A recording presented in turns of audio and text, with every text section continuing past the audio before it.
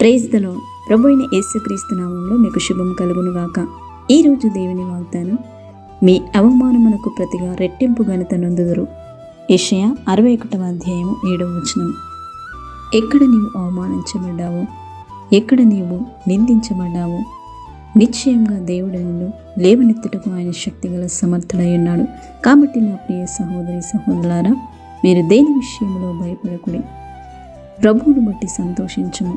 నీ అవమానమునకు ప్రతిగా ఆయన రెట్టింపు ఘనతనిచ్చును. నీవు ఎక్కడ పడిపోయి ఉన్నావో ఆయన అక్కడ నిన్ను లేవనెత్తును. నీవు ఎక్కడ కృంగిపోయి ఉన్నావో ఆయన నిన్ను బలపరిచి నిన్ను నిలబెట్టును. ప్రార్థన. కృపా కనికరం కలిగిన గొప్ప తండ్రి, మహోన్నతమైన దేవ, మహాగరుడా, నీకు స్తోత్రములు చెల్లిస్తున్నాం. మా యొక్క ప్రతి అవమానములు, నిందనలో నిన్ను వెతికి కృపను దయచేయండి. ఒక దినమున నీవు నిలబెట్టే దేవుడవు, లేవనెత్తే దేవుడవు. నీ కార్యములు మీరే ప్రతి ఒక్కరి జీవితంలో జరిగించమని యేసు నామములో ప్రార్థించి వేడుకుంటున్నాము తండ్రి. ఆమేన్.